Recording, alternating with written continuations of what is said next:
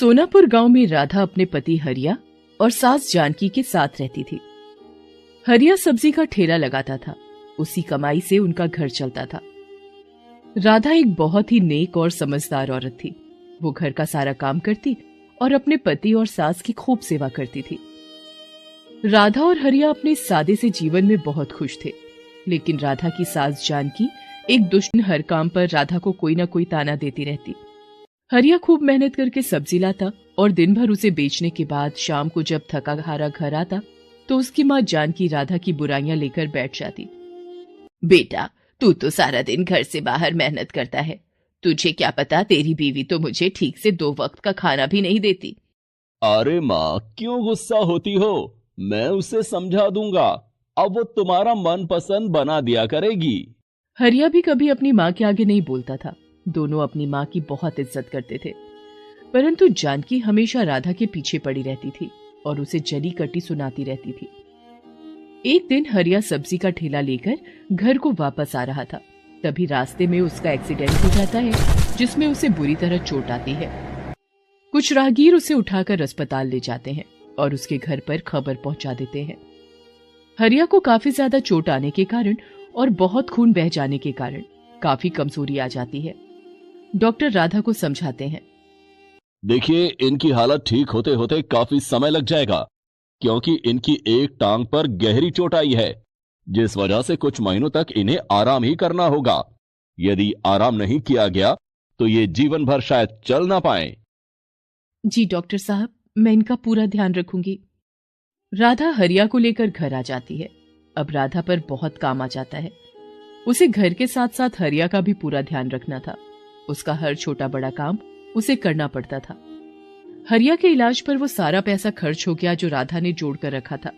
अब तो घर में राशन के लिए भी पैसे नहीं थे।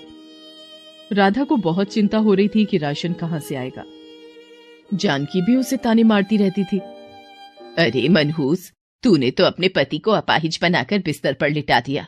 अब इस बुढ़ापे में क्या मैं राशन का इंतजाम करने जाऊंगी? तू तो जवान है, कुछ काम क्यों नहीं करती? राधा जानकी की ऐसी बातें सुनकर बहुत दुखी और चिंतित होती थी। वो कुछ काम नहीं जानती थी जिससे कि पैसा कमाया जा सके। हे भगवान, ये कैसी परीक्षा की घड़ी में तूने मुझे डाल दिया है। अब मैं घर को संभालूं या कमाने के लिए बाहर जाऊं? मैंने तो कभी कोई काम, भगवान आप ही मेरी मदद करें। राधा स्वभाव की बहुत अच्छी थी, इसी कारण पड़ोस के लोगों ने उसकी काफी मदद की, जिससे कि अब तक उसका गुजारा चल रहा था। परंतु अब केवल 2 दिन का ही राशन बचा था। राधा चिंतित हो रही थी और घर के बाहर मुंडेर पर गहरी सोच में बैठी थी। तभी वहां एक साधु बाबा आते हैं। बेटी, क्या इस भूखे साधु को कुछ खाने को मिलेगा? राधा सोच में पड़ जाती है कि उसके पास तो अपने खाने के भी लाले पड़े हैं और ऐसे समय में इस साधु बाबा को क्या खिलाए। परंतु राधा स्वभाव की बहुत अच्छी थी, जिस कारण वे उन्हें मना नहीं कर सकी। उसने सोचा, उसके हिस्से का जो रूखा सूखा पड़ा है वो वही बाबा को दे देती है।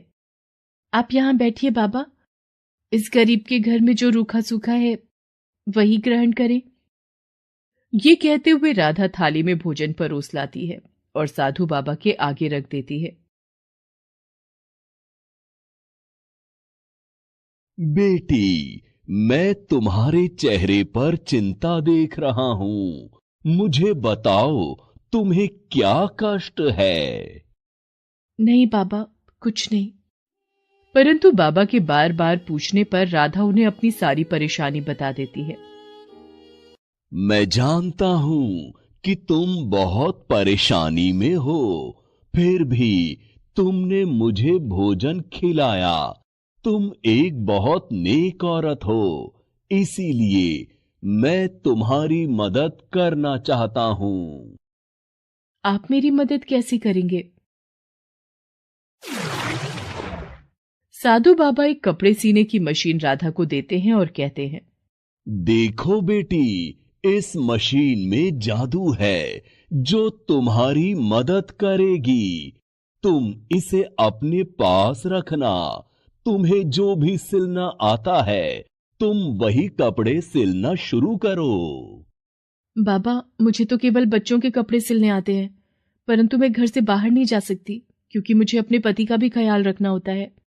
हाँ, मैं सब समझता हूँ बेटी, तभी तो मैंने तुम्हें ये जादुई मशीन दी है जो तुम्हारी मुश्किल आसान कर देगी। तुम घर बैठे ही बच्चों के कपड़े सिलना, देखना तुम्हें उस काम में खूब सफलता और पैसा मिलेगा, जिससे तुम्हारी सारी परेशानियां दूर हो जाएंगी और तुम्हारी सास भी तुम पर नाराज नहीं होगी। इस मशीन से कोई कपड़ा खराब नहीं बनेगा, तुम जो भी बनाओगी वो बहुत अच्छा बनेगा। आपकी बहुत कृपा साधु बाबा, आपने तो मेरी परेशानी हल कर दी।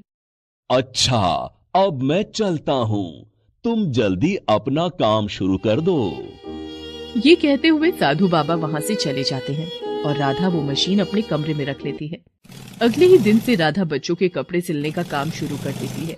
आस पड़ोस में कुछ घरों के लिए वो कपड़े सिलती है जो कि सभी को बहुत पसंद आते हैं। अरे बहन, तुमने मेरी बेटी का जो फ्रॉक बनाया था वो मेरी सभी सहेलियों को बहुत पसंद आया। वो सब भी तुमसे कपड़े सिलवाना चाहती हैं। हाँ हाँ, क्यों नहीं, तुम उन्हें मेरे घर ले आना। इस तरह से राधा का काम सभी को बहुत पसंद आता है और उसके पास कपड़े सिलवाने वालों की भीड़ बढ़ती जाती है। बाबा के आशीर्वाद से राधा का काम खूब फलने फूलने लगता है। अब वो घर पर रहकर ही अपने पति का ध्यान भी रखती और कपड़े सिलने का काम भी करती है। इस तरह काम चलने के बाद राधा के घर में खूब पैसे आने लगते हैं और उनके घर में किसी चीज की कोई कमी नहीं रहती। वो अपने पति और सास के लिए खाने पीने की खूब चीजें लाती है। उसकी सास उसे किसी प्रकार का ताना नहीं दे पाती। हरिया की तबीयत भी दिनों दिन ठीक होती जाती है और वो एक दिन राधा से कहता है, राधा, अब मेरी तबीयत काफी ठीक हो गई है, मैं भी तुम्हारे साथ तुम्हारे काम में मदद कर सकता हूँ। तुमने मेरी इतनी सेवा की और मेरे घर माँ का भी ध्यान रखा, साथ साथ तुमने ये काम भी चलाया, मैं तुम्हारा शुक्रिया अदा करना चाहता हूँ। ये सब बातें सुनकर राधा की सास भी शर्मिंदा हो जाती है और अपनी बहू से कहती है, बेटी, मुझे माफ कर दो, मैंने तुम्हारी काबिलियत पर हमेशा शक किया और तुम्हारे हर काम करने के बाद भी मैंने तुम्हें ताना ही मारा, परंतु आज तुम्हारी वजह से मेरा बेटा भी ठीक हो गया और हमारे घर में किसी चीज की कोई कमी भी नहीं रही। अरे माँ जी, आप माफी क्यों मांग रही हैं? ये मेरा ही घर है, आप लोग मेरे अपने हैं। मेरा फर्ज बनता है कि मैं इस घर का पूरा ध्यान रखूं और मैंने पूरी कोशिश भी की। बस आप दोनों का आशीर्वाद मुझ पर ऐसे ही बना रहे। राधा की एक पड़ोसन उसकी ये सफलता देखकर बहुत जलती है और राधा से बातों बातों में पूछ लेती है कि आखिर उसकी सभी परेशानियां खत्म होने का क्या राज है।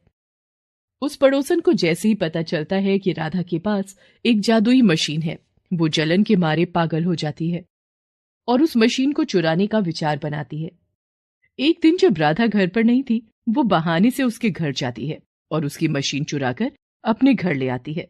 वो जैसे ही मशीन पर काम करने लगती है, उसके दोनों हाथ बुरी तरह जख्मी हो जाते हैं और जलने लगते हैं।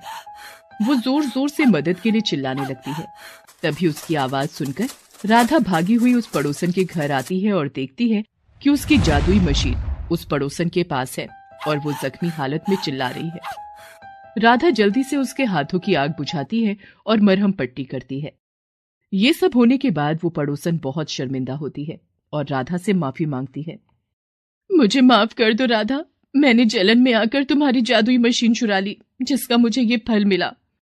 लेकिन तुमने फिर भी मेरी मदद की। तुम बहुत अच्छी हो राधा, तभी तुम पर भगवान का आशीर्वाद है। मैंने चोरी करके बहुत बड़ी गलती की, मुझे माफ कर दो। नहीं बहन, ऐसी बातें मत करो, गलती तो हर इंसान से हो जाती है। तुमने अपनी गलती मान ली, यही बड़ी बात है। पर मुझसे वादा करो कि आगे से तुम ऐसा कोई काम नहीं करोगी। ये कहते हुए राधा अपनी जादुई मशीन उठाकर अपने घर ले आती है। हरिया भी राधा के काम में ही उसका हाथ बटाने लगता है और बाजार से सामान लाना, ले जाना और कपड़ों की सप्लाई दुकान पर देकर आना जैसे सभी काम वो कर लेता है। और बाबा के आशीर्वाद से उनके घर का माहौल भी अच्छा हो जाता है और तीनों खुशी खुशी रहने लगते हैं। होप अगर वीडियो आपको पसंद आया हो तो लाइक, कमेंट, शेयर और सब्सक्राइब करना ना भूलें। धन्यवाद।